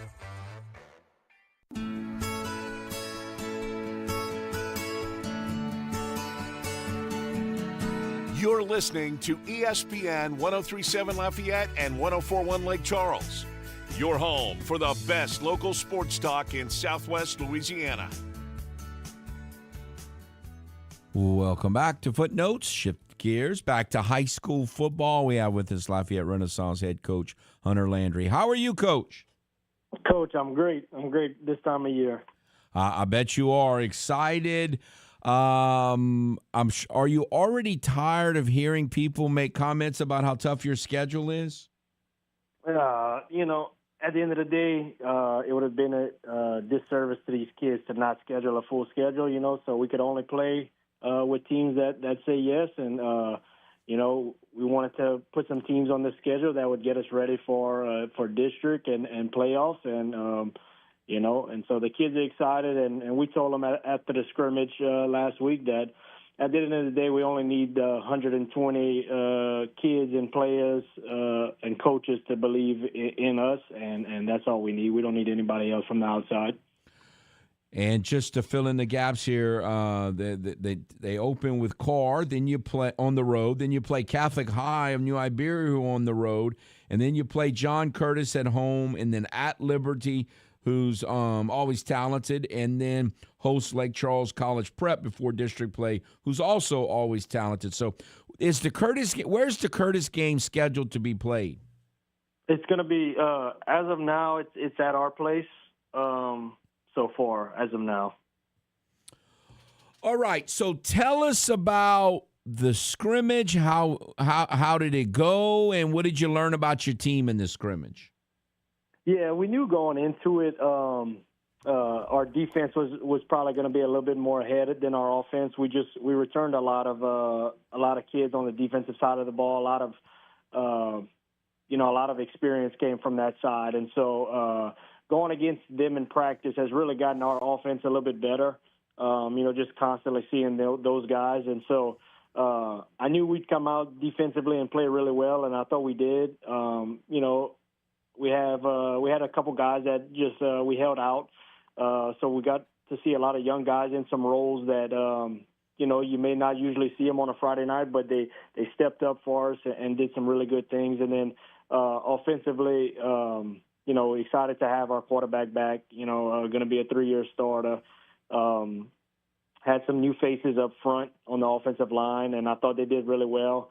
Had some young receivers that got to step up and be put in a role that they may not be used to yet, and I thought they did really well. I think the biggest thing is coming out of the scrimmage healthy. This time of the year is all about staying healthy, and that's from every level, from NFL to college to high school. If you could leave a game, a scrimmage, a jamboree healthy, you're in a good spot. All right, so you talked about your quarterback, Kennan, so obviously he's experienced, but what are the areas around him that weapons-wise and offensive line-wise that maybe need to get a little more experience? Yeah, so we have two guys, Ashton Joseph and Shamar Taylor, that both have played. They're juniors now, but they've played since they were freshmen. And Brendan Miles, that's played. He's played since he was a sophomore. He's going to be a senior. And so those three have a lot of experience coming back. They have some big shoes to fill with, Ja'Cory Duyong graduating last year. Ja'Cory did a lot of things for us in the return game offensively. Whether it was running the football or catching it, he did really well. So going to need one of them to step up. And then we have some young guys that we're really excited about. Mekhi Andrews is going to be a sophomore. He has some track speed with him. And then Chance Valentine's a guy that he just does everything you ask. He can play any position, even offensive line if we needed to.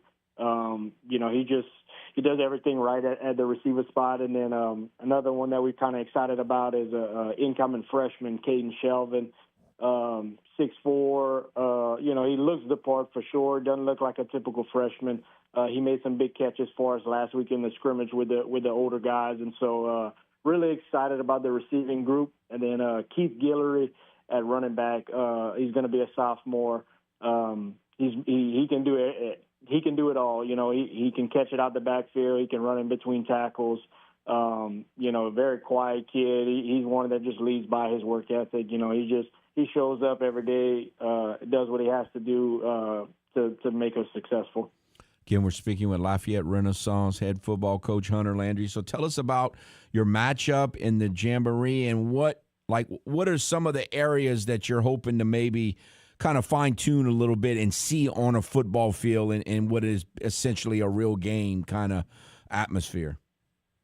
Yeah, I think if we could come out, defensively, just kind of keep doing what we've been doing so far, limit them in the run game and then, just be where we need to be defensively in the secondary. Offensively, I like to see us run the football a little bit. We kind of give Keenan a lot of options to choose from, and so he has a lot of experience, so he knows what we're trying to accomplish in the game plan wise. And so I think up front it starts with being able to run the football. That's at every level. If you can run the football, you have a shot. You don't have to become one-dimensional. And then just special teams. We did a little bit last week, but I think kickoff and kickoff return was our only two live periods. And so I'd like to see us go, with some live action in punt return, just every facet of the game. And so just really excited. The kids are excited. They've been working really hard. They kind of anxious to just go against a different team at this point. And speaking of anxious, you're playing where and what time do you think the game's going to start? You know how those jamborees go. We're playing at Erath against Erath, and we're scheduled to be the 8:30 game. The game teams before us, they have a track record of running the football, so we're hoping that they're not throwing it too much and we stay on time. But yeah. I know how those things go, so it's scheduled for 8:30. So anywhere around that time. I can imagine. All right, so once you get to your regular season schedule and you play, I already read off the incredible talented teams you're playing. Is it the line of scrimmage and staying healthy there that's kind of your biggest concern, or as a coach, how are you processing that as you kind of look at your first 5 games? Yeah, so moving up from 2A to 4A, at the previous school we were at, we had made that jump from 2A to 4A, and you play, and I think the biggest difference is just the line of scrimmage on both sides of the ball. Some of these 4A schools at the time had probably more depth than we had. Now switching over to at Lafayette Renaissance, now numbers-wise we have kind of the same roster size as some of these 4A schools and 5A schools. And so, very fortunate on the defensive side to just have guys that we can kind of rotate. I joke with our D-line coach that it looks like a hockey line change at times. We're subbing in 3 or 4 guys at a time, and it keeps our guys fresh. And then offensively, we always have 1 or 2 guys going into the season that get a lot of reps with the ones, just because it's tough to go a whole season with the same starting 5. If you can, awesome. If not, it'd be foolish not to have somebody in place to lean on in case for emergency. But Yeah, I would say the biggest thing, when you start playing the 4 and 5A schools is the line of scrimmage. I think defensively that'll be our strong suit. Our front seven. I think they've done a good job up to this point. They did a good job last year. And then offensively, like I said, I'd just like to see us be able to run the ball consistently. And I know we have some receivers that can make some plays. We just have to give our quarterback a little bit of time, to make the right reads. Again, we're speaking with Lafayette Renaissance head coach Hunter Landry. One more question, Coach. You mentioned how good your defense, you could be leaning your defense. Several of your 2 or 3 of your defensive guys are like, being recruited in college. Tell us about the ones, the kind of truly kind of special type talent and what their skill sets are. Yeah, so it's funny, when the college coaches come, whenever they're able to, a lot of them, they weren't sure about their school. It's only our 3rd year of being able to play varsity football. And so it's new. And so, a lot of the older kids, recruitment was a little slow for them just because, you don't have as much game film and stuff. But Antonio Charles, Jr., he committed to UL. He committed to the Cajuns this summer. Extremely happy for him. And he has the frame, he has the size, he has the athleticism. He's a 6'6", 220.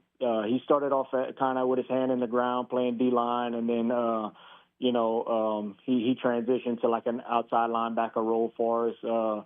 Just extremely long, just able to kind of put pressure on the quarterback. He's able to rush the quarterback really well, and then he can also drop into coverage and take up a lot of space. And so extremely excited that I don't have to go against him on Friday nights, because Monday through Thursday he makes it really tough for the offense. And so he's our one guy that's committed on defense. But we have a couple guys that have just, we have 2 twin brothers, Casey and Kai Sellers. They both play inside linebacker for us. Casey's kind of been our leading tackler the last 2 years. Kai's played just about every position for us, from outside linebacker, inside linebacker to safety. Just very athletic, can do a lot of things, very smart, intelligent. And Jamie and Zenon at safety, he's kind of somebody asked about him not too long ago, and I said he reminds me of a center fielder for baseball. He can cover from sideline to sideline, but he also can come down and hit you in the run game. And so he has some new guys in the secondary with him, so he does a really good job of getting those guys lined up and put in the right spot. Well, it sounds like it's going to be a very interesting season for Lafayette Renaissance. Coach, we appreciate your time very much. Good luck in the Jamboree and in your pre-district schedule, which, as we said, is going to be very challenging. Good luck, Coach. Yes, sir. Thank you again for having me. Take care. Hunter Landry, man, opening up with the Carr Cougars. I mean, I don't know if you can get a tougher season opener than that, but it'll be interesting. We'll take a timeout and be back. This is Footnotes, live on ESPN 103.7 Lafayette and 104.1 Lake Charles, Southwest Louisiana's sports station. This game isn't fun. This game is a war. It's time for the 2-minute drill. Hurry it up, hurry it up, hurry it up. Powered by B1 Bank. Visit B1Bank.com to find a location near you. Come on, let's go, you guys. Get in here, we gotta go fast now. The Houston Astros dropped Game 2 of their series with the New York Yankees last night, 9-3 in the Bronx. Bennett Sousa out of the bullpen took the loss for Houston, giving up 4 runs on 5 hits in just the third of an inning in the 7th. Game 3 of the series will be tonight, and it'll be Hayden Wesneski for the Astros versus Garrett Cole for the Yankees. First pitch is at 6:05 p.m., and you can listen to it right here on ESPN 103.7 Lafayette and 104.1 Lake Charles. The final week of the NFL preseason kicks off tonight with 4 games. First, the Steelers visit the Bills at 6, followed by the Patriots at the Browns and the 49ers at the Raiders at 7 p.m. Then the night will wrap up with the Rams facing the Chargers at 9 p.m. College football returns tonight with a 22-game FCS slate, and a few Louisiana schools will be among those in action. At 6, Southeastern hosts Houston Christian as a 24.5-point favorite, while Nichols welcomes Mississippi Valley State as a 29.5-point favorite. Then at 7 p.m., Louisiana Christian travels to Natchitoches to take on Northwestern State. The New Orleans Pelicans finally made an offseason move yesterday, picking up guard Benedict Mathurin on a 2-year, $16 million deal with a player option on the second year. Mathurin spent last season with the Clippers, where he averaged over 17.5 points per game and just under 5.5 rebounds per game. The third and final leg of the PGA's FedEx Cup playoff starts today with the Tour Championship at Eastlake Golf Club in Atlanta, Georgia. FedEx Cup points leader Scotty Scheffler is the favorite at plus 310, and tee times start at 10 a.m. this morning. I'm Blake Persher, and you're listening to ESPN 103.7 Lafayette and 104.1 Lake Charles, your home for the LSU Tigers and the Houston Astros. The 2-minute drill has been powered by B1 Bank. Visit b1bank.com to find a location near you. ESPN 103.7 Lafayette and 104.1 Lake Charles is the proud winner of 4 2026 LAB Prestige Awards, including Best Use of Digital Media, Foot's Friday Fury, Best Live On-Site Remote for our Super Bowl Radio Row coverage, Best Promotion for our No Shave November initiative, and Radio Young Professional of the Year for Dawson Iserloh. We're proud of being Southwest Louisiana's sports station and are humbled to be recognized by the Louisiana Association of Broadcasters. Looking for your next firearm? Come visit Louisiana Gun Shop in Broussard. We've got financing options, 12 months same as cash, plus layaways up to 90 days. With a wide selection of new and used guns, we've got something for every budget, big or small. Have an old gun collecting dust? Trade it in or turn it into cash. Need parts? We've got the largest selection of AR-15 components in the area, from springs to grips and buttstocks. Explore our ever-changing used inventory online at LouisianaGunShop.com. Louisiana Gun Shop, your one-stop shop for firearms and more. It's 9 a.m. You just received a voicemail from your boss. Hey, Janet. Heads up. We got an important meeting coming up Thursday. The big guys are coming into town, so I need you in charge of lunch, and we've got to look good. Luckily for Janet, she knows a place, and she knows her boss will be impressed. Honey Baked Ham can cater your next event. Delicious and freshly sliced deli trays, box lunches with sandwich, chips, and dessert. Or try our fresh salad boxes and the perfect touch with a meat and cheese tray. Honey Baked Ham Company.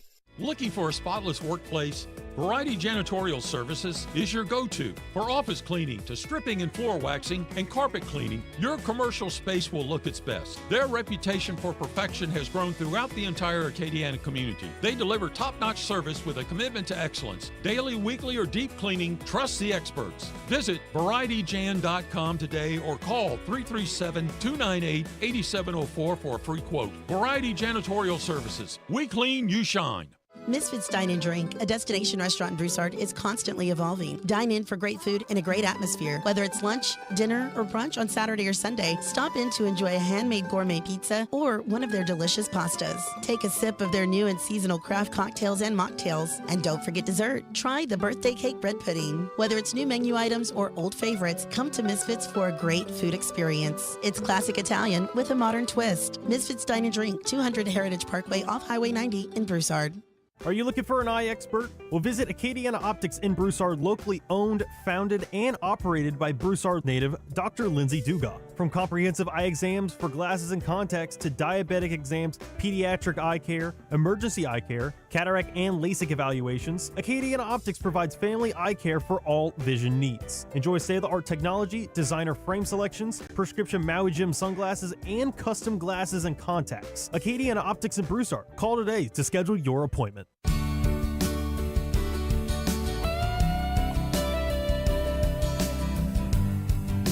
You're listening to ESPN 103.7 Lafayette and 104.1 Lake Charles, Southwest Louisiana's sports station, and your home for the LSU Tigers. Welcome back. Just talking with our friend James. He's going to be doing the Lafayette Renaissance games. How many good football players is he going to see in that schedule? A lot. How many miles is he going to see on his odometer driving around for that schedule? What a schedule. I mean, their first, 3 of the first 4 games, not only are they playing really good teams, but 3 of them are on the road. Like they're going 2-car in the season opener. Yeah, that's mind-boggling. And then they play Catholic High. At least it's not that far. It's still a road game, though. And then their home game is Curtis. Yeah, and then they go back on the road for Liberty Magnet. Man. Where even is that? Baton Rouge. Okay. There's so many schools in this state. Yeah. So, wow. They also end the season in Thibodaux. Yes. And then they play Westgate before that. Westgate's as talented as anyone. Yeah. Other than maybe like Carr. I mean, that's John Curtis, Edna Carr. This cat's going to see some talent. That he will. Because Renaissance has talent. And then the teams they're playing have talent. I mean, it's going to be... Well, you don't make that schedule if you don't think you have talent. I mean, because that is just murderer's row. The problem is, like Hunter said, they got to say yes. You can't just say, well, I want to play them, and them. They have to say yes. Yeah. And those teams have the same problem. So they found someone in Renaissance who's willing to say yes. Because I'm sure those teams get a lot of no's. Oh, I would imagine. No, coach, we don't want to play you. Yeah, we have no. And not only that, they're going there. Edna Carr owes him a couple of favors for that. I'm sure it's a home and home, I would think anyway. So next year they'll probably host Carr. When is the last time Carr played in the Acadiana area? Not too often. Yeah, it's not often. No. And we didn't even mention that they play Turlings. Yeah, I mean, Turlings is really good. Yeah. And didn't even mention them. But again, Carr and Kern, I mean, that's... So we'll see. It'll be very interesting. Again, if they stay healthy through it, they'll be fine. But you got to stay healthy through it. We know how that goes. All right. So we talked about, and I don't know, we don't have time to really, I don't think, get it, but it hit me this morning driving here. We're almost in September. So you remember what we did at the very end of July, maybe into the beginning of August. We tried to come up with what we think our lowest acceptable win total is for the teams that we cover. I like this. Has that changed in your... I don't know if you and I went over that. I think maybe you and James. Okay, so we were going between 9 and 10 for LSU. Now I feel like, I don't know, maybe I just have a bad now I feel like the discussion needs to be 8 or 9, not 9 or 10. Well, Indiana did them no favors by having, a coach come in his second year win the national championship and clearly show that, hey, it can happen. If you do the portal right, you recruit that 1 year right, you can get the guys in, you can completely turn a program around. So I think the cushion for first, coaches at a university for the first year, it's gotten a little thinner now. I agree with that. So I think if just with all the drama that has happened, I think LSU fans and everybody, if 8 wins happens, they're not going to be thrilled with it, but I don't think they're going to be up in arms. But they ultimately, you want 9 or more. So I think we started the month by saying 9, but I was thinking 9 or 10, and now I'm thinking 8 or 9. I think you want 9 or more. I think 8 or 9 So you think 9 is still the answer? I think 9 is still the answer. For the Cajuns, we were saying 7 or 8. Man, I am worried about this wide receiver situation. And I'm worried because, we saw it at the beginning of last year. When Shelton wasn't healthy, the wide receiver situation was not good. Like, the passing game was not good.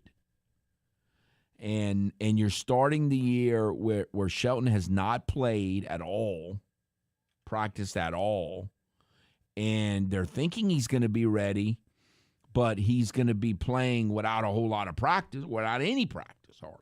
Well, he'll be practicing between now and a week and a half from now when they open, but how ready is that? Is it how much is he going to be? And then how much the depth behind him is going to be.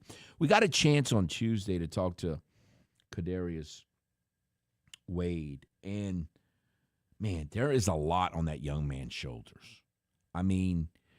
They've been talking about his potential since he got here, and it's never happened. And so now it kind of needs to happen because somebody else has got to step up. Yeah. And if it's going to be him, that would be tremendous. And you think, well, Trenton Chaney, a redshirt freshman's good. Russell Babineau, redshirt freshman, has potential as well. But how much do you really want to count on a redshirt freshman? You don't want to have to. I mean, you need those guys to be lanyard. Like, if they're good, we're going to be even better. Yeah, you're happy because they got to play a little bit, get some minutes, not. You don't want to have to count on those guys. Yeah. But they might have to. So. That's a scary thought. I think I'm still going to say 7 because I think Lunch is a gamer. We all think that. And I think the defense is going to be better. They have to prove it. I think the defense is going to be better. So, getting out of the non-conference, your first week in conference play, what do you think their record's going to be? 2-2, 3-1?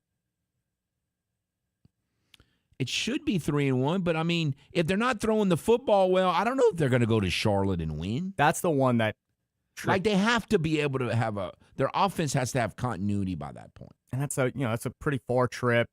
Charlotte is a newer team in the FBS. I know they weren't great last year, but it seems like I think 3-1 is realistic, but it's only realistic if their offense has some kind of cohesion to it. We saw remember what the offense looked like the first 5 weeks last week? It was not good. It was abysmal. And so again, I think it's going to be better, but I'm really worried about. Well, now I feel good about the offensive line, but I am really worried about the passing game. Also, to be said, the first 5 weeks of last season, they went through 3 different quarterbacks, and the injuries, and if had that to completely happens change again, the game plan. If that happens again, I mean. So I'm gonna. We started with. I was thinking 7 or 8. I don't know that 8 is an option. I think 8 is. I'm not saying that they can't win 8. I'm talking about for the last acceptable record, considering what we know about the. I think I'm more confident with saying 7 without saying 8 than I was a month ago. Now, is that 7 with a bowl victory or 7? No, that's not. That has nothing to do with bowls. Okay. This is pre-bowl. We're talking. Because if you get 7 wins and that's with the bowl game, that's not acceptable. Or that's not. Yeah, good. I agree, and yet they haven't won a bowl in forever, it seems. Yeah. So, if they go 6-6 again, there'll be some level of disappointment, especially depending on how. Like, if their offensive line gets 10 injuries again, then if they win 6 and win a bowl, I actually feel pretty good about it. Like last year with all the injuries they had, 3 quarterbacks, 10 or 11 offensive linemen. If they'd have won the bowl game, which was a winnable game, and finished 7-6, you'd have felt pretty decent about that. It is how you get there, too. And so the Saints, I was thinking 8 or 9, but again, with all these injuries, well, we're going 8 or 9 across the board, pretty much. With all these injuries, and look, I know I'm being extra. I'm like, oh no. We're going to go have one of those years again. We've had it. It'd be like the 3rd time in the last 4 or 5 years, like where you just, no matter what you do, it doesn't matter because someone's getting hurt the next week. Don't you just have that feeling right now? That someone's getting hurt every week for the rest of the season? Somebody is hurt every single week. I mean, up to this point, you can't get on Twitter without seeing it. Not again. This is happening because it didn't really happen last year. There were injuries, but it wasn't this bad. It wasn't that total. It's like now it's just like it's never going to stop. We didn't have our first-round draft pick going down before the season even started. If no one really critical gets hurt the rest of the way, I think this team can win double-digit games. I really believe that. So you think they're going to win the division too? Yes. I do too. But when are these injuries going to stop? Like, when is it going to stop? And is it going to stop? So I guess I was thinking 8 or 9, but now I'm more like Decatur. Like, I think you can't go more than 8 because I just don't think these injuries are going to stop. I just got this hugely sick feeling in the pit of my stomach that's been, what is this, 14 days in a row now. It was 2 weeks ago today that it happened. For 14 straight days, I've been walking around with this sick feeling in the pit of my stomach that impending doom is coming. I'm not quite there yet. Every day. Mine's more of just another injury. Mine's more like I'm laughing at the situation because it's like, how can this possibly keep happening? Eventually, you just got to laugh. Well, I'm not there yet for sure. I'm just too sick to laugh. All right. Tomorrow we're going to talk. Tom McNeese is playing Saturday. Yeah, I'll be there. They're playing Saturday. And so not only that, it's a conference game. In a good conference. It's the defending champions. Conference game. Like, I hate that. I really do hate that. I don't like it I either. am not a fan of that at all. I don't like it And we'll either. talk with Tom about that tomorrow. I think, did we say 6? I don't know. Did we get to 7? It was either 6 or 7 with McNeese at the beginning. I'll come up with 7. Is 7? I think 7. You're sitting pretty. Is that the highest, the lowest win total that's accept? Is 6 no longer acceptable? I'll give you a better answer for that after I watch them play live Saturday, because I'll be there, and I've never even been to a McNeese game, so I'm actually pretty pumped about this.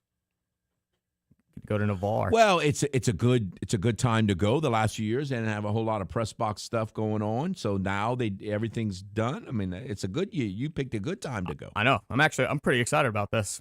Another stadium to check off the list of places I've been to. So, I don't know. I think the point is, I feel a little worse after now than I did going into September. I feel a little worse about all these teams. Maybe not McNeese, but the other 3 teams that we talk about a lot. I feel a little worse than I did going into. Well, the thing is with LSU, because of the injuries. But with LSU, nobody's talked about the quality of the team in 2 weeks either. Right. And again, with them, it's not the injury so much as just the confusion. And the drama. And it's like, is this drama going to fuel them, or is it just going to complicate the situation too much? Yeah. I don't know. I feel a little worse about everybody. I see why. The LSU with the drama, it's not just with the court case. I mean, it's all across the board. How can it not be a distraction? I don't see how it could not distract you. It's crazy. We'll take a timeout. We'll be back. Live on ESPN 103.7 Lafayette and 104.1 Lake Charles, Southwest Louisiana's sports station. It's nearly time to celebrate the tall, green, sweet sugar cane that's been part of the fabric of South Louisiana for so long. That's right. The Louisiana Sugar Cane Festival and Fair returns to New Iberia on Friday, September the 25th through Sunday the 27th. The festival features the annual Blessing of the Crop, a carnival street fair, a 5K, a car show, parades, pageants, and live music with a Fado featuring musical acts Clay Cormier, the Bad Boys Band, Chris Arduin, and more. For more information, visit hisugar.org today. Delta Media is your home for Friday Night Football. STM on ESPN 103.7, North Vermilion on 106.3 Lafayette, Catholic High of New Iberia on Mustang 107.1 FM, St. Landry Parish Game of the Week on Z105.9, LRCA on News Talk 98.5 FM, and Barb on ESPN 104.1. Listen to the games on the radio or on each station's free mobile app. Delta Media has you covered for thrilling Friday Night Football. Ready to transform your backyard into the summer paradise you've always dreamed of? With Duplessis Builders custom gunite pool packages, we make it simple to own a stunning, long-lasting, in-ground pool built just for you. Choose from classic designs, all customizable to fit your space, style, and budget. Our pools come with quality finishes, energy-efficient equipment, beautiful lighting, and professional installation from excavation to decking, so you can dive in before the next heat wave hits. Don't just dream it, build it. Visit DuplessisBuilders.net. Looking for the perfect way to spend your Labor Day?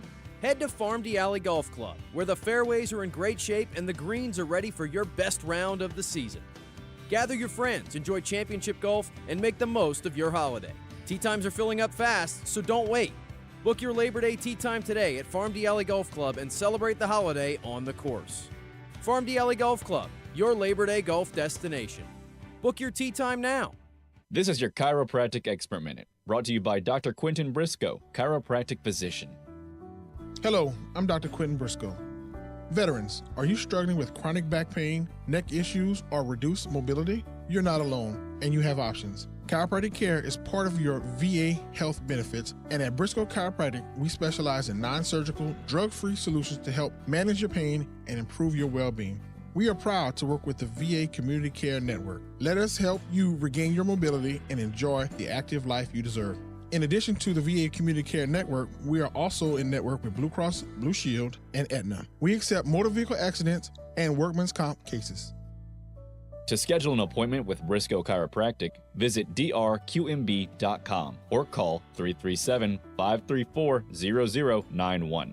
That's drqmb.com or 337-534-0091. Because your spine deserves expert care. Leon was about to leave the military. My biggest concern was, what am I going to do next? He found out about My Computer Career and their military transition program. The Cyber Warrior program takes you from not knowing anything about a computer at all to being a subject matter expert. How long is that going to take? In the span of 4 months, I was able to get 4 different certifications. 4 months? Leon's advice? Highly recommended. Become a certified cyber warrior in just months at mycomputercareer.edu. This is one student's experience. Individual results vary. VA education benefits available to those who qualify.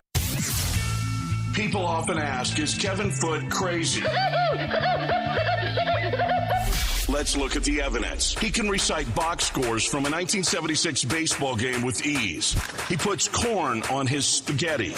And he believes a mythical creature called the Piper determines outcomes of baseball games. Just a bit outside. He tried the corner and missed. So, we let you decide. Back to more of the padded room annex of Footnotes.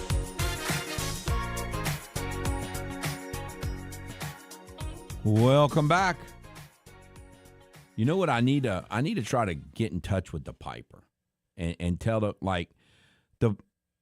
the Piper should somehow be able to convince the Astro hitters to not swing at the slider 8 inches off the plate with 2 strikes. Well, out of all the people that would have contact with the Piper, I'm surprised you don't. I feel like you would have a direct line.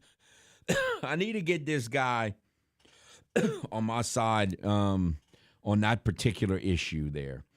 But again, and I'm sorry because I didn't really mean to talk about this right now, but I thought about the other thing that I wanted to mention in the first segment that I didn't because I got a little fired up, and some things when that happens go to the wayside. And the other point that I wanted to make, just to finish that whole thought up, and then we're going to be done with that, is when the 0-1 pitch or the 0-0 pitch, when it's right over the plate and you foul it off, if you would put that ball in play, then you wouldn't have to worry about the 2-strike slider. That's the other thing. Like when they throw the fastball right down the middle, put that one in play more often. Yeah. So you don't get to the 2-strike slider that's in the other batter's box that you inexplicably swing at all the time. Also, you got to hit the hittable pitches. I also think it's taught so much and to take on the first pitch that even like when you get to the pros or college baseball or whatever, you've been taught to take on the first pitch your entire life. And they're like, hey, no. And sometimes if it's a hittable ball, good. Swing. I get that. But not every at-bat. But most at-bats, or a lot of them anyway, you have one pitch that's right over the plate. But if you foul it off, that's when you're when an Astro is at the plate in that situation, and the first pitch they take, like you said, and then the next one's fouled off. I'm like, it's an out. Yeah, like you have to take advantage of the one. You can't foul off pitches, and you're gonna. I know that. Obviously, it's gonna happen. It's baseball. But you can't do it all the time or 90% of the time. The pitch over the plate, you have to put in play sometimes. Not foul it off. No, that is a major part of baseball is you've got to be able to put the ball in play, especially when it's right over the heart. Oh. All right. It's not going to rain tonight, is it? No, I checked the forecast at the beginning of the show. It didn't look like it was supposed to be bad tonight. I think most of that was just this morning, even though I didn't really know if we got it much was rain. When here. I got up this morning, it had rained. I mean, I'm in a cube in here, so I can't even see outside. Yeah. But right now, it says 95% chance right now. But tonight, 30, 39, 40, 24. So it doesn't look like it's going to rain, but it will be cool. So it's going to be in the 80s and 70s. Cool. Yeah. I woke up this morning. I'd forgot what cool felt like. Wind hit me. It was a different feel. It hit you like the Saints play tomorrow night? Yeah. Saints play tomorrow night in Dallas. Jerry World. Dallas normally treats them pretty well, to be fair. I've had a lot of good memories playing in Dallas. Well, it was the Cowboys they got in a huge fight with, so we'll see if any of that carries over. That's the last thing they need is some cheap shot junk. That's another reason to sit the starters. Cats might cheap shot them after that stupid brawl. Just send in Rex Steiner. Oh. September just can't get here soon enough. Y'all have a good day. The best businesses aren't just businesses, they're neighbors. Here's a message from a proud certified South Louisiana business. Brobridge Truck Stop Casino. They have the newest games around. Hot seat drawings and monthly specials like no one else. Located on the Brobridge Highway and on the banks of the Vermilion River. Come out today and try your luck at the Brobridge Truck Stop Casino. When you support local